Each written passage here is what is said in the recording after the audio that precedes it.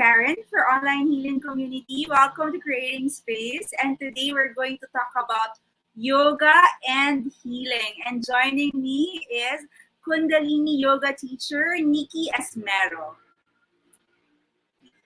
There you go. Hi, Nikie. Nikie, we can't see you. So today we're going to talk about how Kundalini yoga helped Nikie heal. Hi, Nikie. Welcome to Creating Space. Hi, welcome. Thank you for having me. I'm happy to be here, especially since the community has helped me a lot. Yung experience dun sa Kaya Natin To festival. Thank you. Thank you, Karen. Oh, I didn't know that. I just heard it now. Oh, can I ask about that? Again, I told you, but just flow. How does the community help you? Ay, natuwa. Wala, di ba? That time, that was 2019, if I'm not No, mistaken. Tama ba? that was 2020, November 2020. 2020, yeah. Last. So, yun, it was the pandemic, and then I was still undergoing, I was extremely depressed, and I was undergoing grief. And that was a 3-day event. Some of my mentors were there, and yun nga, I was introduced to different healing modalities. So, it was a good experience for me. So, I'm happy to be here so that I can give back to OHC. Thank you Kasi so that much. event helped, healed me. Yeah. Thank you.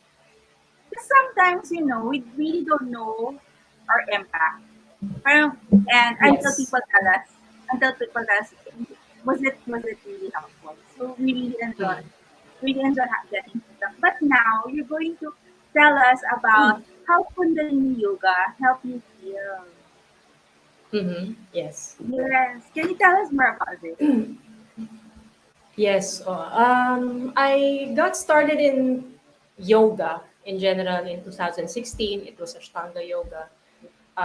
But then in 2017, I think I experienced like the worst case of depression at that time, and I was trying to find the healing modality that will help me because I didn't want to go through the uh, traditional like Western medicine process.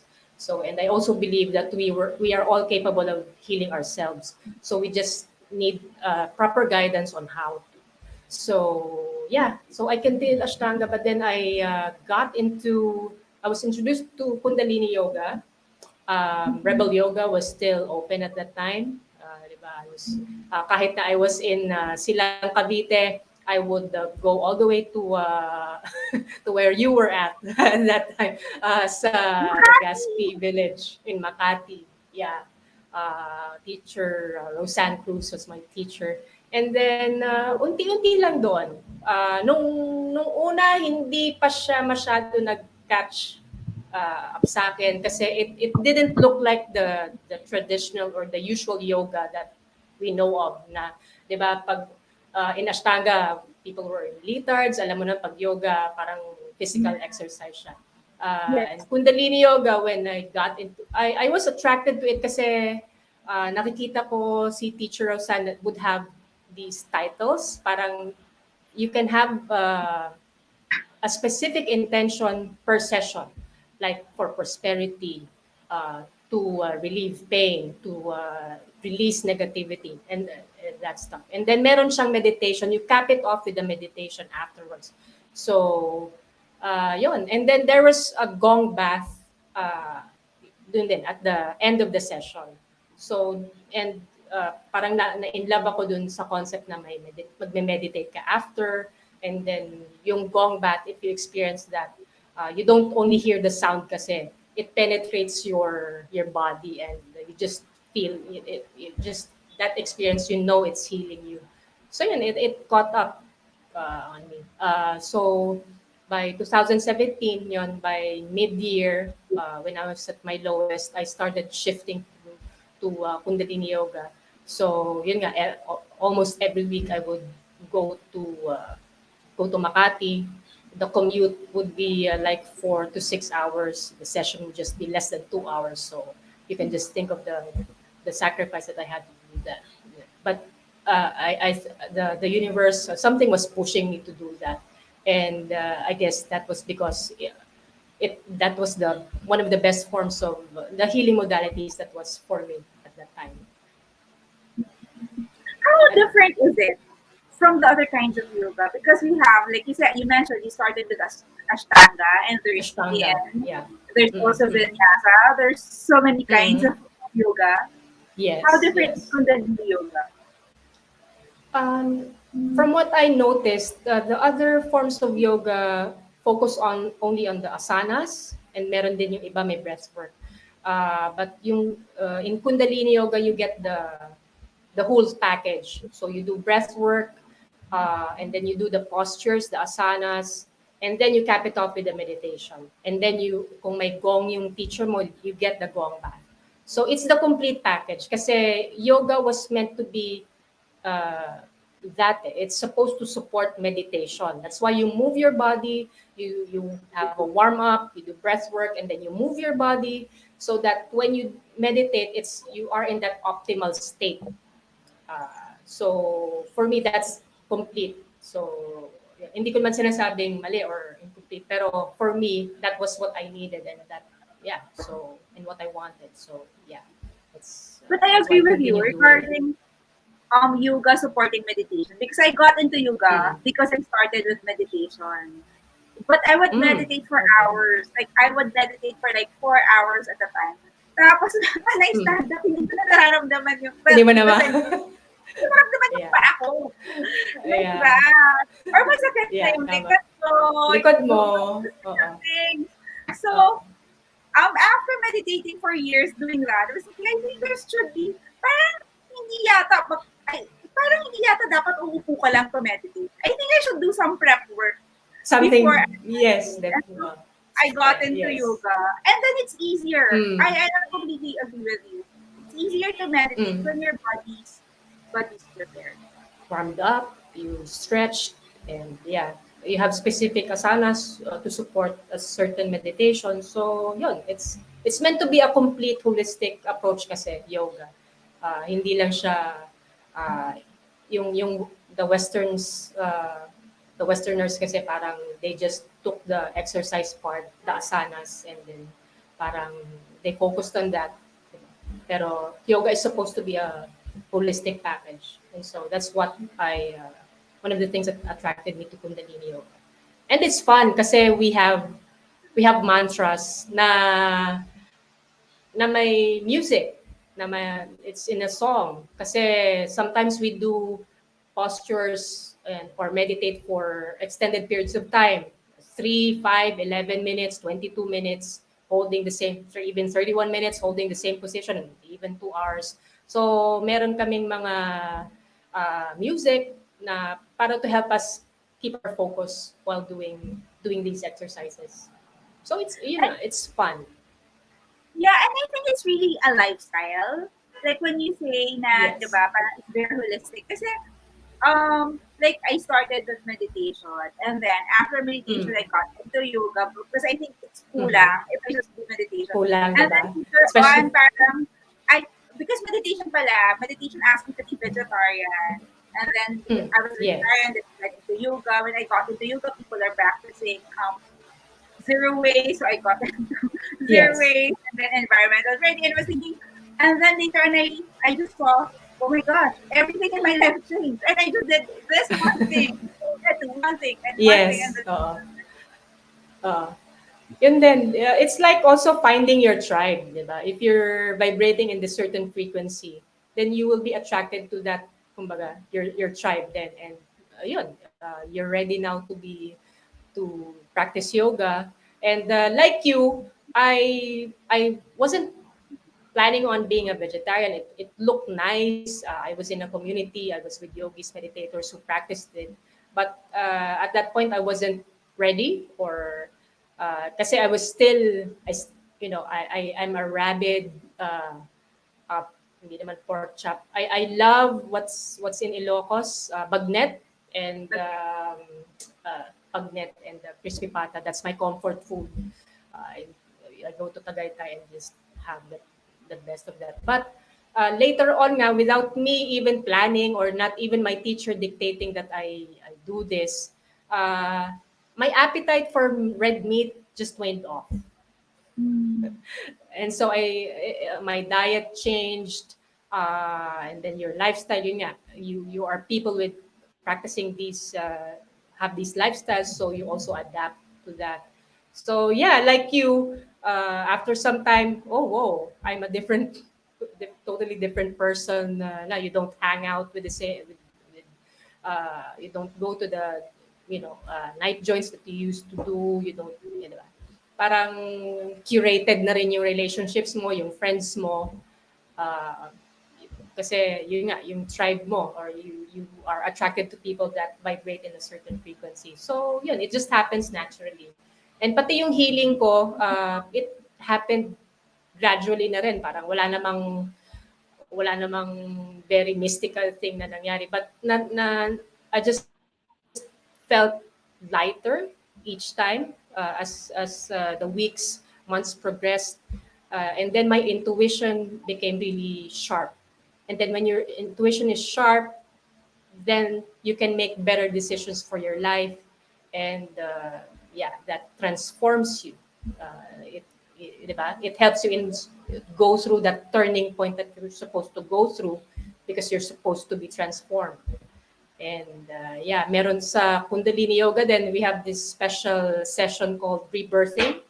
So it's supposedly more intense than your regular session, because it's supposed to rebirth you, help in your rebirthing. Kasi at the end of the day, kasi Karen, we need to understand who we really are, diba? And to break away from the social conditionings that were implanted or to us, I don't know, by society and what have you. Kung sino ka ba talaga. And we're talking about mental health now, di ba? Sabi mo, people are tired, people are anxious, people are depressed.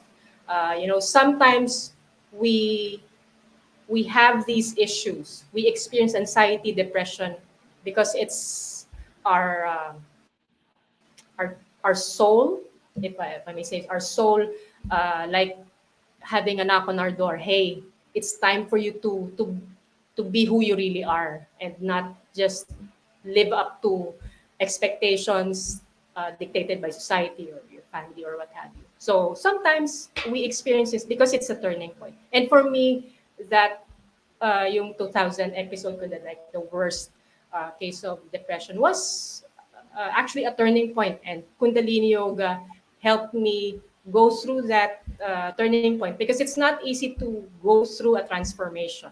Okay, so kasi we are meant to be like butterflies.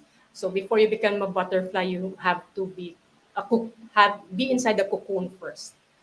And yeah, you have to undergo yung if you're aware of this concept of the dark night of soul, That you night have of to the go soul. through that.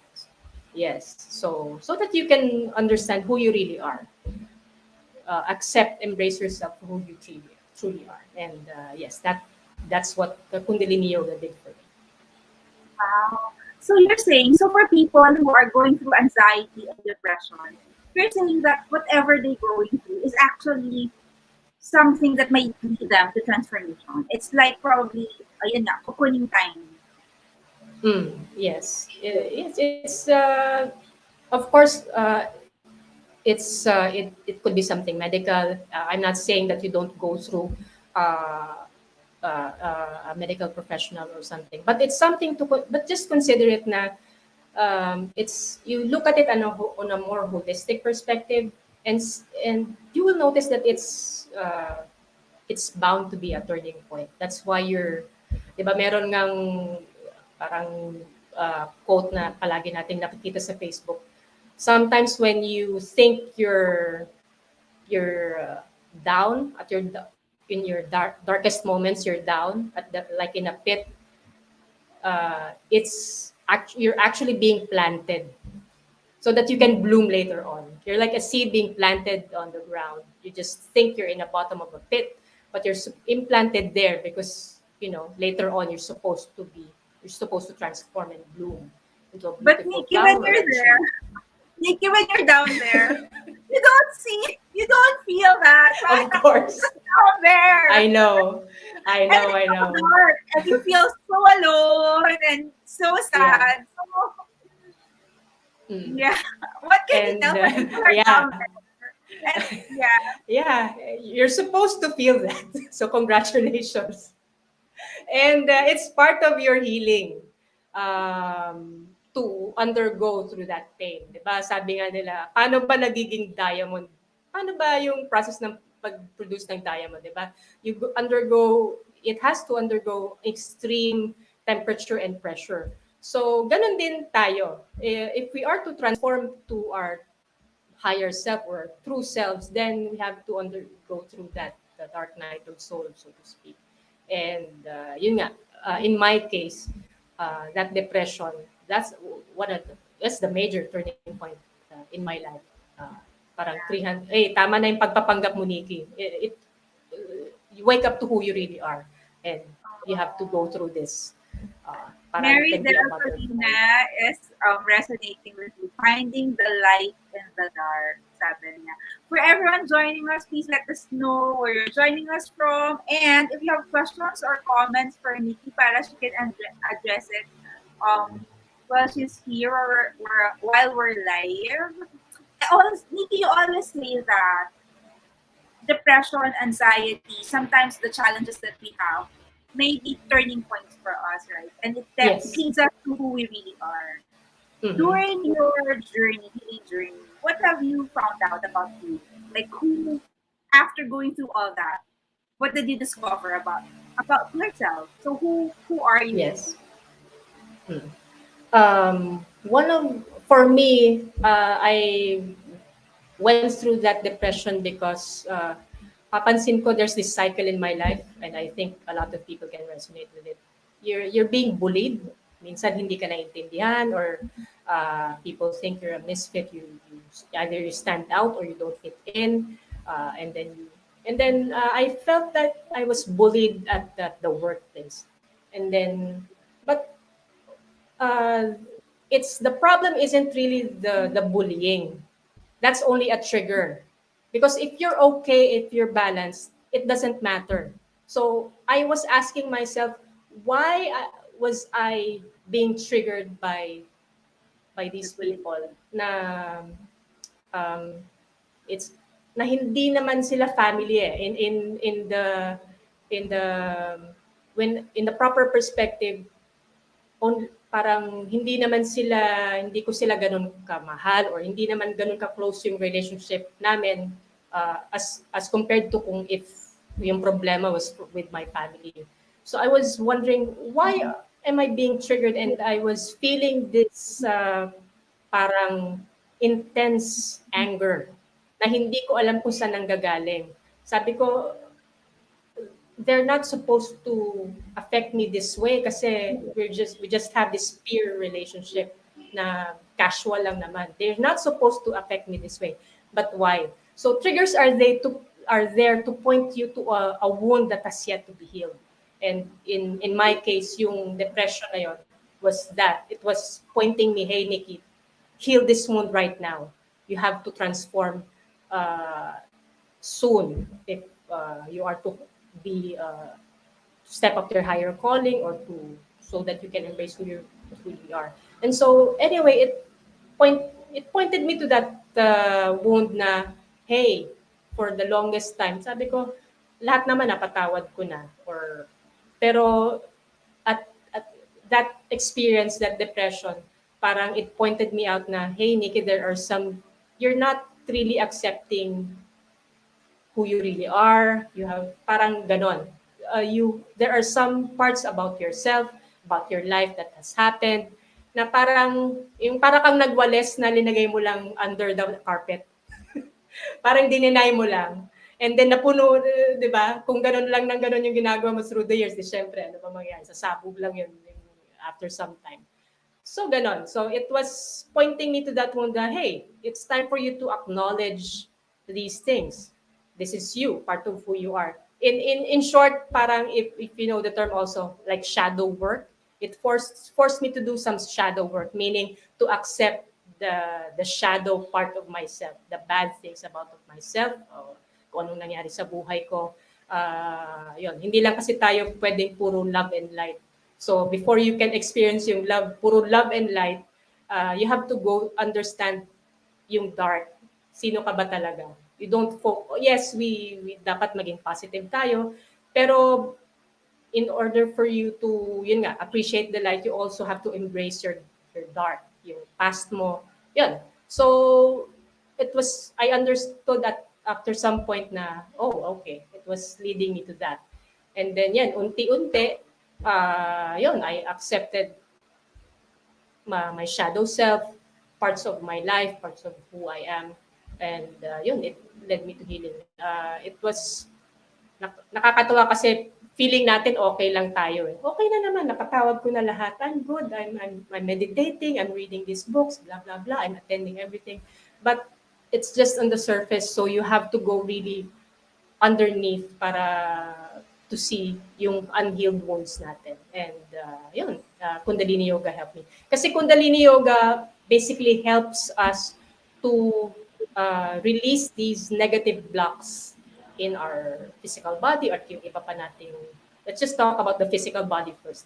So, and lahat ng, halimbawa, yung nangyari sa atin, if you have trauma in the past, na akala mo okay ka lang, parang we store that in different parts of our body. Eh. So sometimes yung iba nating sakit, yung tinatawag nating psychosomatic. So sometimes kahit na nagagamot ka, nag-therapy ka, pag hindi ka halimbawa natutong magpatawad or hindi mo na-release yung anger or yung sorrow kasi you store those negative emotions on your internal organs.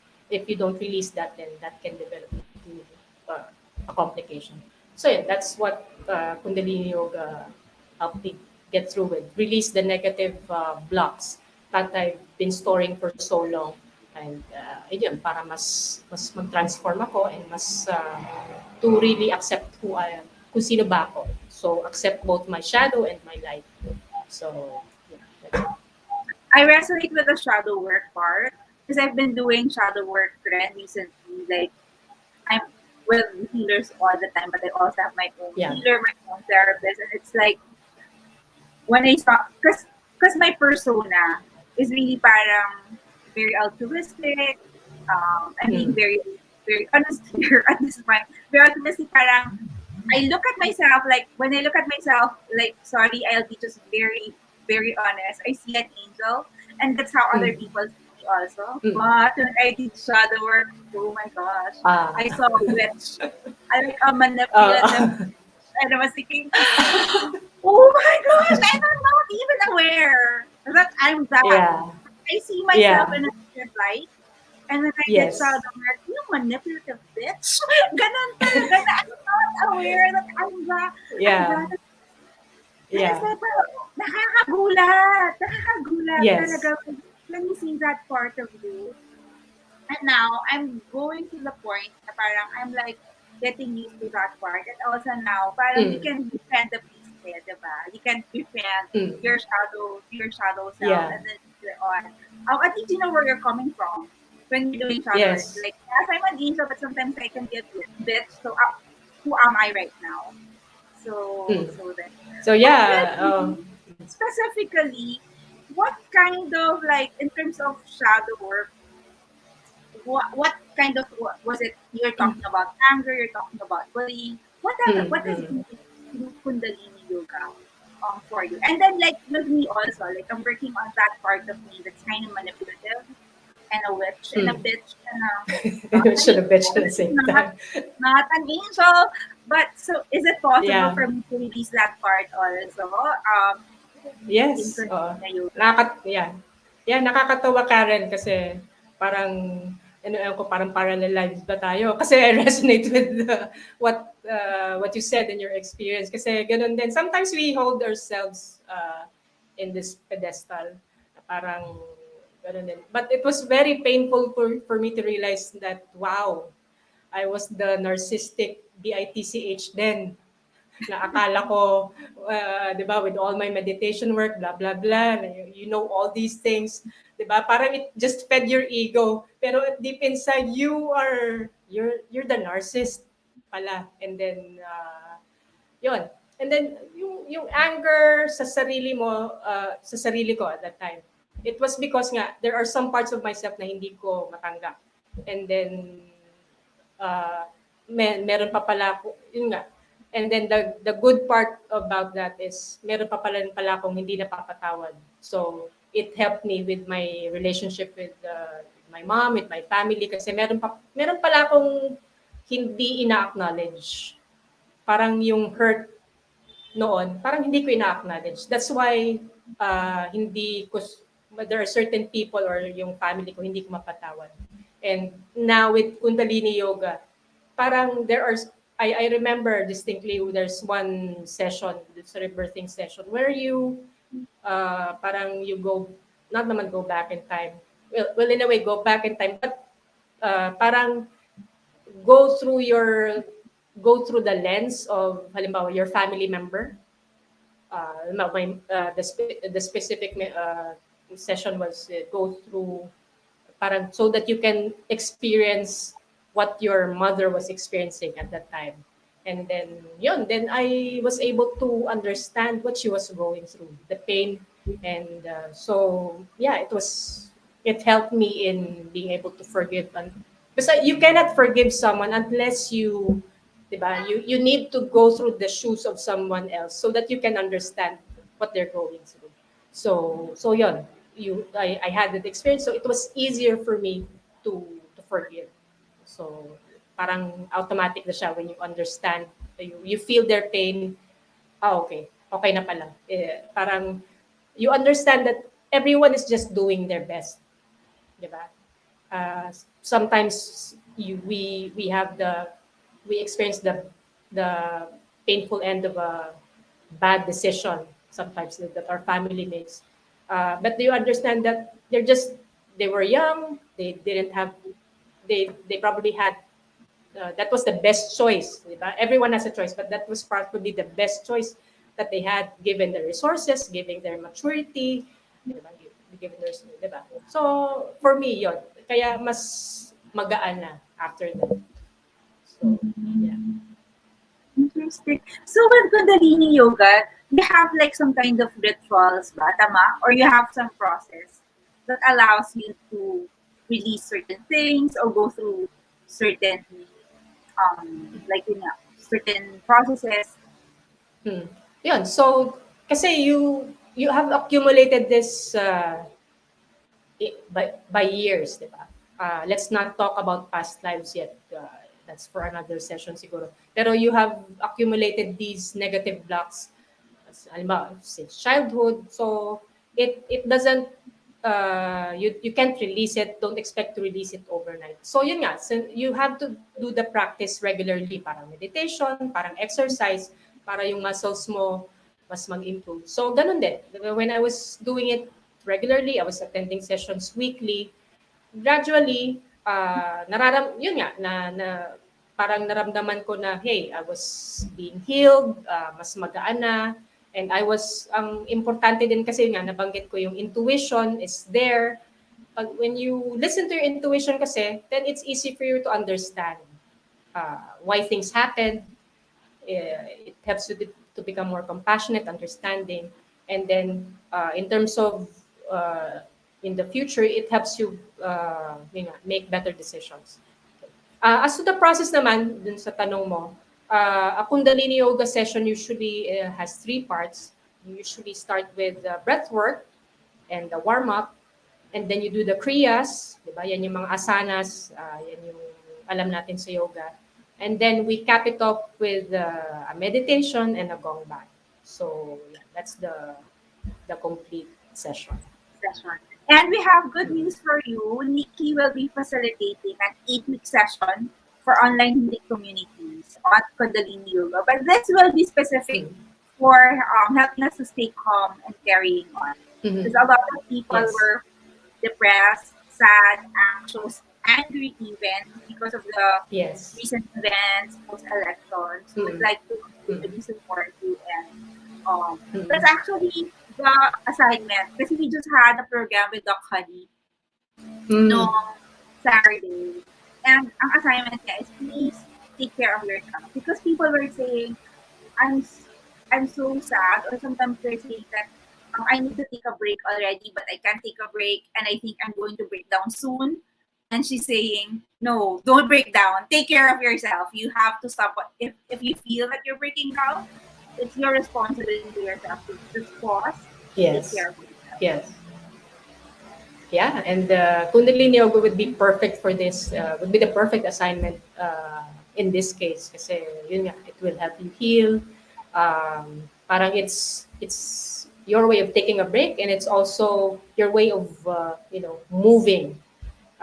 Sometimes we're depressed kasi we're not moving so much. Alam ko yan, when we're, di ba, I remember when I was depressed, di ba, parang even just sitting up from your bed is a task in itself, di ba? Pag depressed tayo, minsan ayaw natin, nakakulong lang tayo sa kwarto, minsan hindi tayo naliligo, ayaw natin gumalaw and then magpag-usap. And sometimes we just have to start moving. Okay? And we also study that in Kundalini Yoga, no? How the importance of movement, because your lymphatic system is there to help you detoxify. And kaya nga yung perspiration natin, we need to exercise kasi that also helps facilitate our mental well-being. Uh, diba? For example, if you move, then you produce more serotonin, which is the happy hormone, for example. So yun, uh, it's your break and it's your movement at the same time. And it's also your prayer kasi May you meditation, di meditate ba? afterwards. Diba? So it's a complete package. It's parang for me, it's the perfect safe haven or safe place for us to just to accept our brokenness and accept the fact that we need healing. And I think you're here right now, listening here because your soul wants you to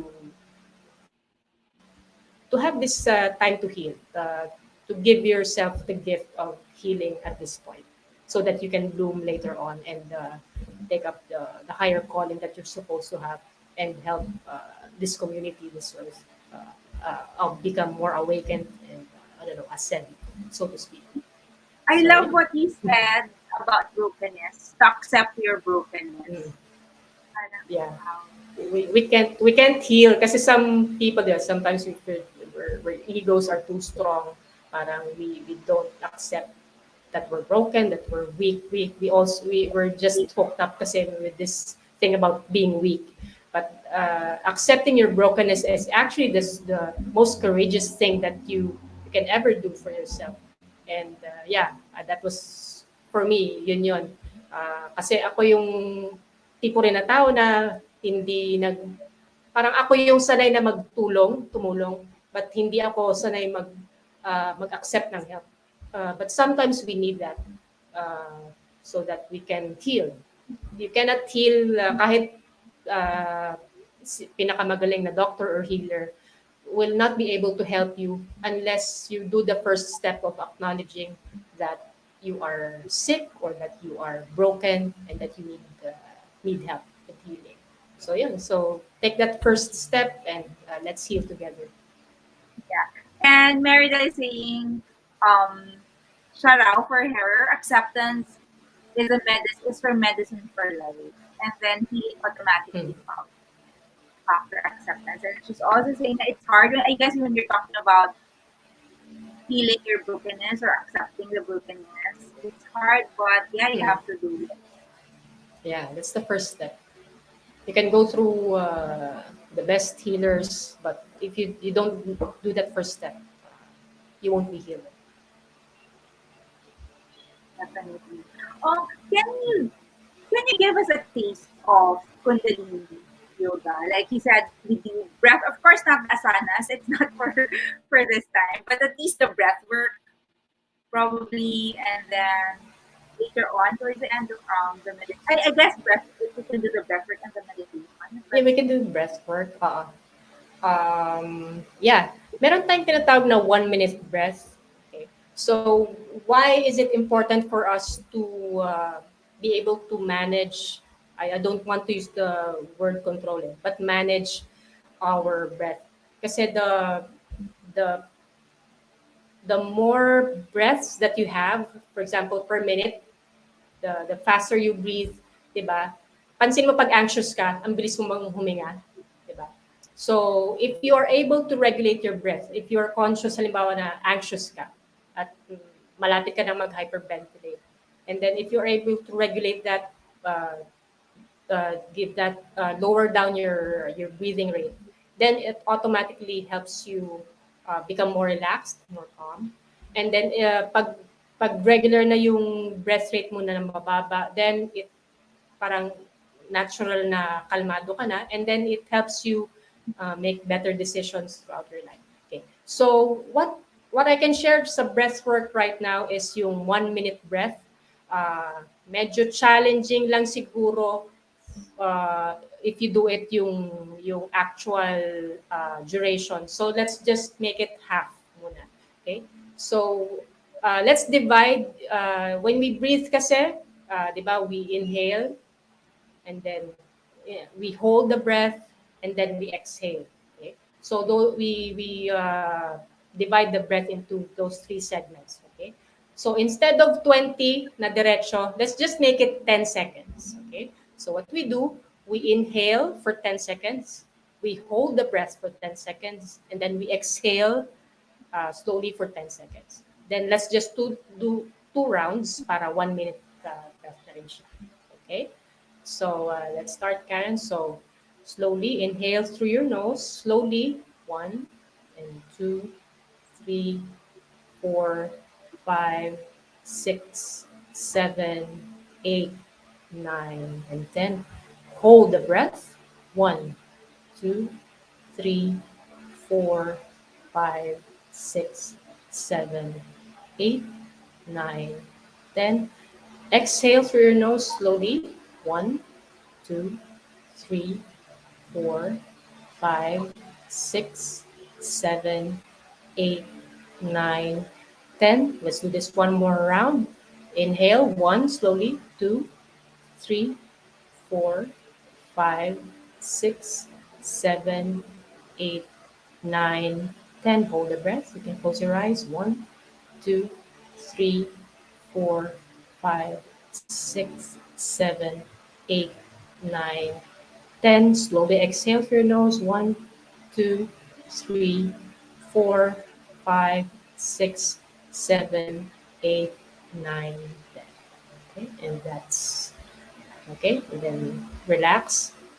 Do go back to your normal breathing. So how was it for you, Karen? How did you feel? That's the longest. I usually don't hold my breath for 10 counts. Usually mga 4 or 5. Oh. So that's what Mm. that was a stretch. But it's a good Mm. pause. At saka I really like Okay. breath work kasi, di ba, scientifically, it targets the parasympathetic nervous system, which Yes. helps you Mm. calm down, and when you're in a Mm. calm state, um, Mm. then everything is, yeah, you're not in that flight and fight mode, and then you're in a Yeah. better space to make decisions. So, Mm. ang sabi ni So Mary yun. Del, Mm. daw. Okay. Thank you for your feedback. So, thank you, Meridel. Minodify lang natin kasi yung 20 seconds, medyo challenging yan for most. So, hinati ko lang. So, you can just start with that muna, 10 seconds. And then, pag kaya mo na, you can do it yung one whole stretch na. Yung 1 minute na talaga. 20 seconds inhale, 20 seconds hold, 20 seconds na exhale. So, you can do that. Maganda yan. How did you feel? Did you feel, kasi relaxed ka and yet you're energized. So, hindi ko siya so, you can do that either sa gabi to help you relax, and then at the same time, you can also do that in the morning. Kasi kahit kalmado ka, pansin mo, parang gising ka, ironic siya. Diba? So, it also helps you So it's start both of the day. calming Parang and clear energy. yung Yeah. So, pakiramdaman mo rin kung kasi iba-iba tayo, how it works for you. If kung energizing ba siya, then do it in the morning. Kung pampakalma naman siya sa'yo na inantok ka, then do it in the evening. Iba-iba kasi yung effect. Oh, He married nakaabot us ng 20 niya. seconds. Habang siya ng 20. Kaya niya longer. Good job. Good So, job. what to Ayan. expect? So, please watch out. Stay tuned. We'll have a program with it's 8 sessions Mhm. of Kundalini Mhm. yoga. And like she said, we're going to have a breath work and then the Mhm. asanas or the The poses and then the asanas. meditation after. So, parang you have three Yeah. activities in like one and a half Yeah. hours. And it's going to be every Yes. Wednesday. I'm sorry. Every Every Monday. Friday, Monday and Friday. And Friday. Monday and Friday. And we have other yoga classes naman. So you can always, if you Throughout the feel week. medyo masyadong malayo yung pagitan Monday and Friday, you can go back. You can Yeah. join your yoga classes of Mm. online. And then, So what yung would hindi you maka-attend ng umaga, you can maka-attend, do in the you have evening? the option to attend in the evening. At saka ang swerte Yes, as you nila were ni saying. kasi, di ba ikaw, like you said, you would travel 4 hours. Oo. That's a yoga class. Oo. Oo. Yun din yung magandang ginawa ni COVID, no ba? Parang pwede naman palang gawing virtual, mas malayo yung reach mo, mas marami, 'di ba? Sa isang studio kasi limited lang dun sa space. With virtual, you can reach practically anyone and kahit more than 50 or kaya. You have a wider reach. And what will they expect? Or what do you have to prepare for your class, for the ones coming? Well, man, prepare your yoga mat and then your usual clothes for exercise, yoga. Although it's not a requirement naman. We suggest that you wear white because it helps clear negativity and it also helps project your aura. Okay, so yeah. But not necessarily naman. Just wear comfortable clothes, loose clothing. Kaya pala kasi syempre I checked your FB Mm. yesterday to see, I was looking Mm. for photos from you. So there was, Ah, yun yung nakikita ko, lahat kayo naka-white, tapos meron kayong yeah. bandana na white also. Yeah. Yes, yes. Kasi yung white nga, parang it helps project your aura and parang it also helps repel negativity. And then we have a head cover to contain the energy. Kasi with Kundalini Yoga, you work with your 7 chakras or your 7 energy centers. So you have it from your groin all the way up to the top of your head. So when you do exercises, so you move the energy from down there to up. So we usually have a head covering to help contain the energy para hindi ka magka-headache or something. I also Or hindi heard ka that, masyadong Lutang, Kundalini Yoga also raw Hmm. awaken the fire or the will of a person. Tama ba yun? um, I'll answer you in two aspects. Yung fire, maybe, I don't know if you're referring to the Kundalini energy. At yun nga, we believe that we all have this Kundalini energy that's there at the base of our spine. And Kundalini Yoga is here to help us bring it out, move it from there to all the way up to the topmost chakra. And as it goes through that journey, yung transformation mo din happens. So unti-unti yung negative blocks nawawala, and then yun nga, napapansin mo nagka-transform yung life mo. All because you're moving your energy from the base of your spine to the top of your head. Okay, so yan, one, that's kung yun yung, if you're referring to the Kundalini energy, then yun, definitely Kundalini Yoga will help that. And yung will naman or yung fire na, ano ba, willpower or yung dedication, then yes, definitely. Kasi nga, well, obviously sa martial arts, parang dapat yung discipline mo is nandyan solid. Otherwise, you will get hurt or if it's life or death situation, you could die.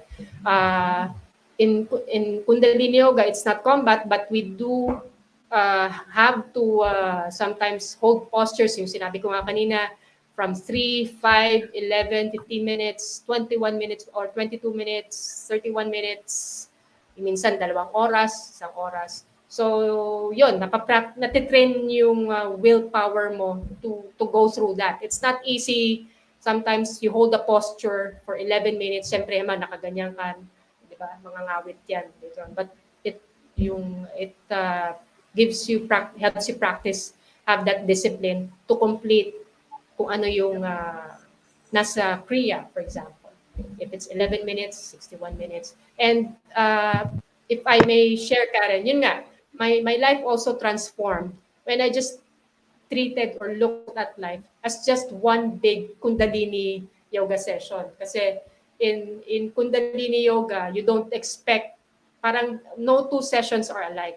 Parang sobrang dami ng kriya niya, ng meditation, that no two sessions are alike. So you don't, parang, sino to? You don't know which chocolate you'll get whenever you attend.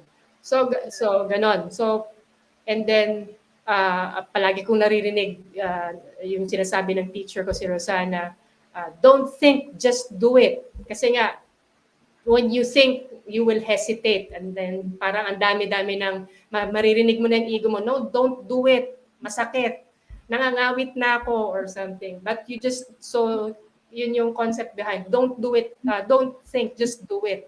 So yun din, when I just treated my life as one big Kundalini yoga session, I may not understand anything, but it's right in front of me. And so if it's in front of me, I trust. Parang teacher ko din lang. If the universe is letting me do it, if it's in front of me, then I guess alam niyang kaya ko yung gawin, or I have the potential to overcome that challenge, or make that decision properly. I may not have to understand it. Kasi yan din yung nangyari sa akin when I was starting. I was getting the nudge na, hey, Nikie, you're not supposed to be in this career, this line of work for long. Hindi ka dito magre-retire.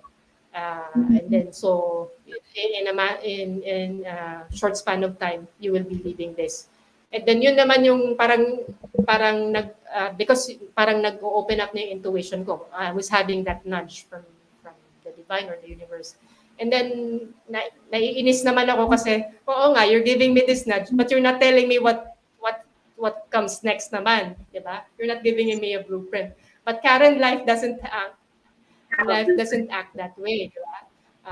So yun, in parang Kundalini yoga in life for me is just one. What's there in front of you, deal with it. You may not understand it, but you have to deal with it in whatever shape or form. So just do it. You don't have to understand it. All you need to do is just trust. And then, yun nga, like, parang mas magaan na yung buhay kasi, yun nga, like, parang I just treated it that way. Kasi sometimes the anxiety comes from the fact that we don't understand. But what I learned, Karen, is we will never understand because our mind is just this big, but the universe or the divine is, diba, infinite. So we will never get the perspective of God or the universe. Kasi nga, it very limited lang. So what can you do? You just have to trust. That, yeah. In access consciousness, there's a phrase, they say, when you think, you think. Kasi the cognition will only give you access to 40 bits of information at one time. But intuition will give you access to millions, at least 2 million bits of information at the same time. But I agree with you when you say you don't have a clear map.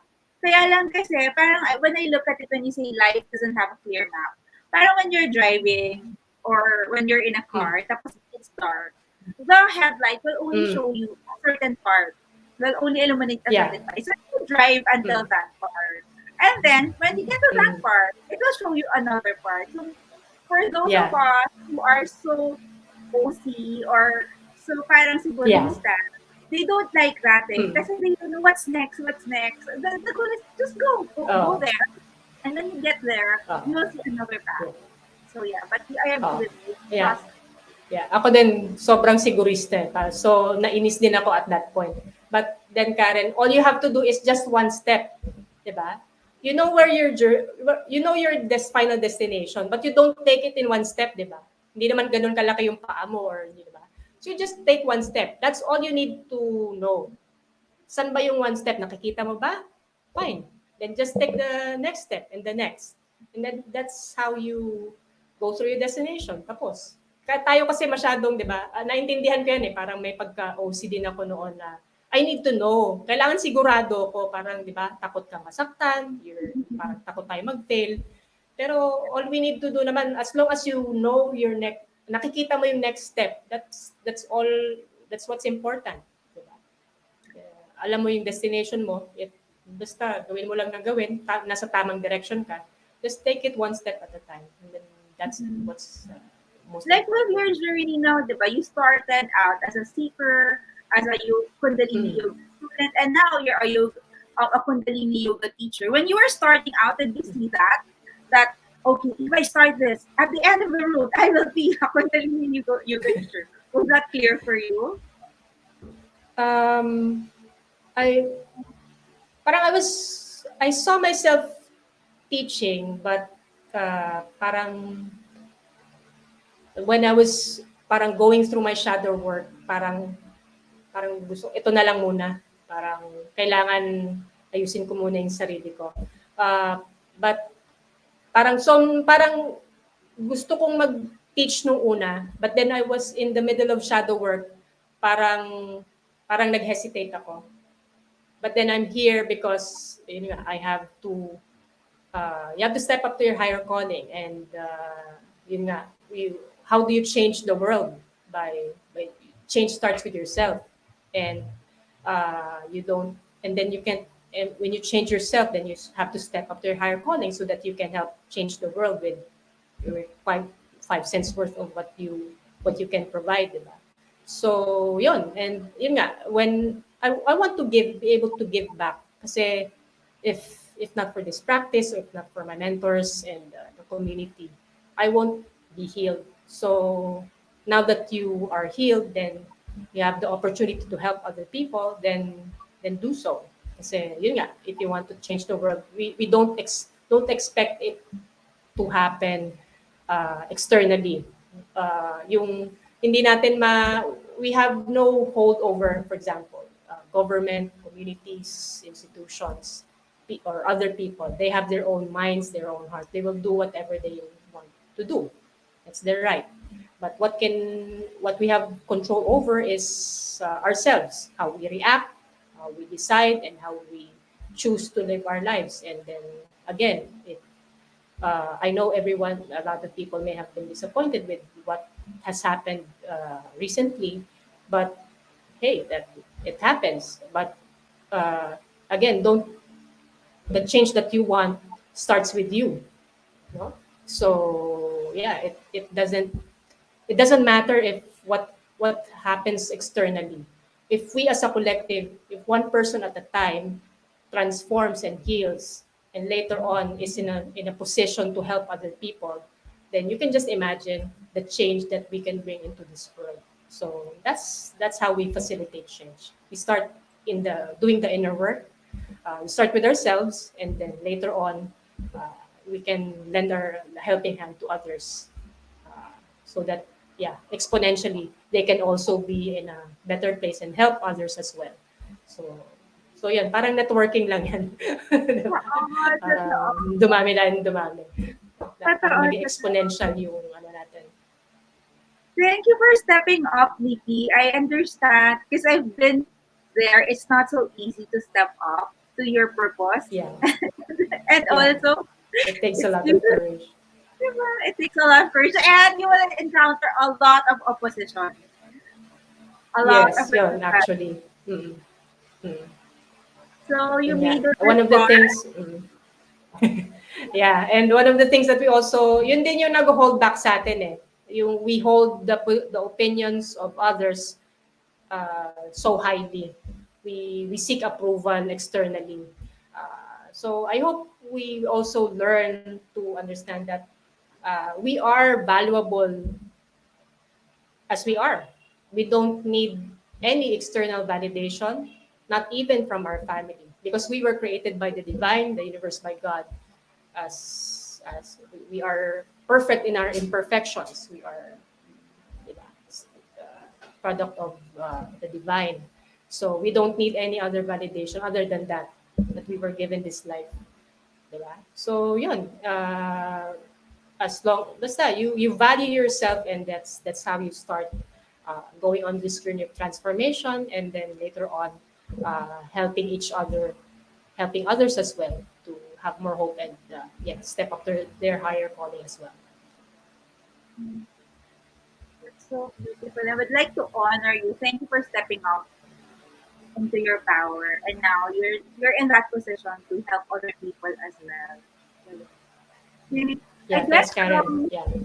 final words before we go, especially for those because recently I've been really coordinating, collaborating with a lot of groups who really suffered a lot of loss because of the recent events. People, like I told you before, there are a lot of people are depressed, going through anxiety. Since you've been there, I guess final message, party message for Mm. everyone who's going through a difficult phase at this Siguro yung is first sinishare ko or is let's have a lifestyle check. Basic muna. Check mo, are you sleeping well? Are you eating right? Uh, are you getting enough sunlight? Are you moving? Are you yeah. Kasi baka naman yung depression or depression natin or yung mental health condition natin is because we are nagpapabaya na tayo sa ating sarili. So, double check lang natin, lifestyle check.